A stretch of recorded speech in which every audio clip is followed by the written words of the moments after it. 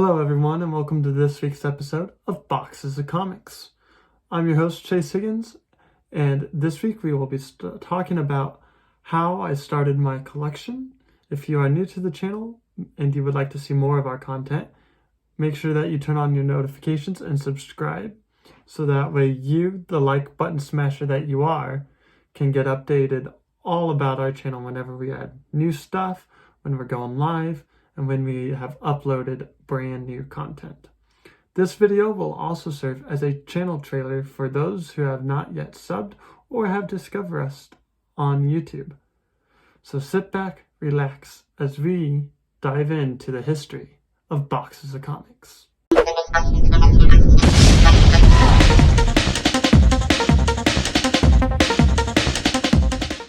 Where does one even start collecting comics? Is it by character, by author, by publisher? Are certain runs better than others?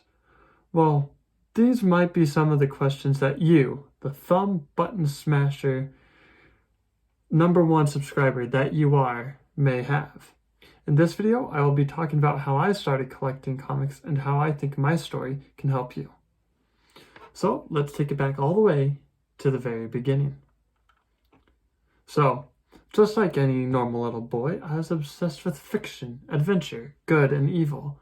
But it wasn't until about middle school, towards end of elementary school, that I began my comic collecting career. Growing up, even before the MCU, I know, that's pretty crazy to think about. You mean I have to go all the way back to 2007? That's right. 2007 was before the MCU, because Iron Man, the first movie, came out in 2008.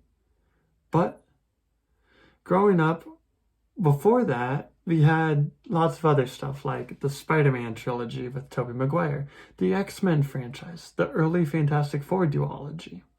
Then you also had DC's Michael Keaton Batman. You had the Superman movies, Superman 1 through 4. You had all these big name superheroes, but yet any movie to actually solidify itself into an expanded universe. So that's where comic books come in. You see, I wasn't a fan of reading a whole lot. I did it for school, I did it for education purposes, but never really read it by pure enjoyment, if that makes sense, until I got older, until middle school and high school. I started to develop those traits. But one of my friends from middle school invited me to come to a comic shop when I was at his house, and I picked up some random books, bought them, took them home to read. They were nice, but I got some Spider-Man runs, some Batman, typical superheroes. I was like, oh, this is cool, but the completionist in me wanted a full run. So I had to do some research. Hey, what run is cheap but enjoyable for Spider-Man to collect? Boom, that's where Web of Spider-Man comes in. And here's the link to go watch it. Right there. Or, I'm also working on Fantastic Four, and I finished that. You also have X-Men I'm currently working on, and as you can see, I've got some books to read, to catch up on for X-Men, but I'm almost done with X-Men. So that was kind of my introduction to it. So my first ever full run that I decided to collect was a fan favorite, 2-time rebooted superhero at the time, in Spider-Man. So I dug a little deeper and discovered some runs that still go on today, while others kind of ended in the 90s, early 2000s. And I decided to do a series called Web of Spider-Man, which I've talked about in previous videos. So to me, this Web of Spider-Man run was a new form of a long-time fan favorite old character that could do so much more storytelling and be so much more compelling than a movie in 2 hours, 3 hours, even now 4 hours of a movie, I don't think would ever do. And so, of course, with collecting, there's always going to be tedious times, whether that's, oh my gosh, I only have X amount of money to spend from work. Some of it's got to go towards gas, some of it's got to go towards food, and then the rest of it goes to my comic shop. So that sometimes that meant for Spider-Man, I only pick up 5, 6, 7 issues at a time. Other times I'll get lucky, get paid a bit more, and I'd go and be able to get 20, 25, even 30 comics and read them all, put them in my collection.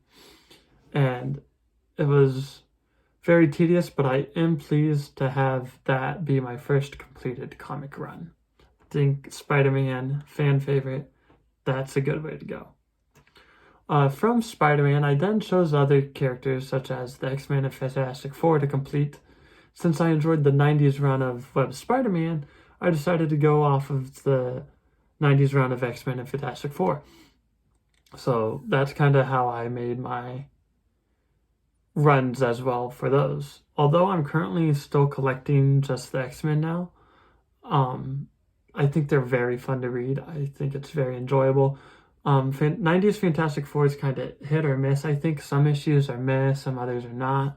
But I have to say that with all this information and everything that goes on in these comics, there was the first TVA appearance in the Fantastic Four, to X-Men's Wolverine losing his powers to Magneto.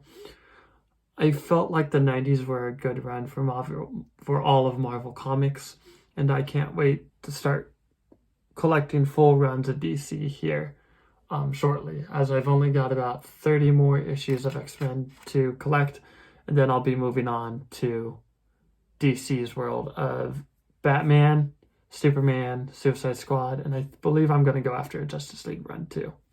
So those might be fun.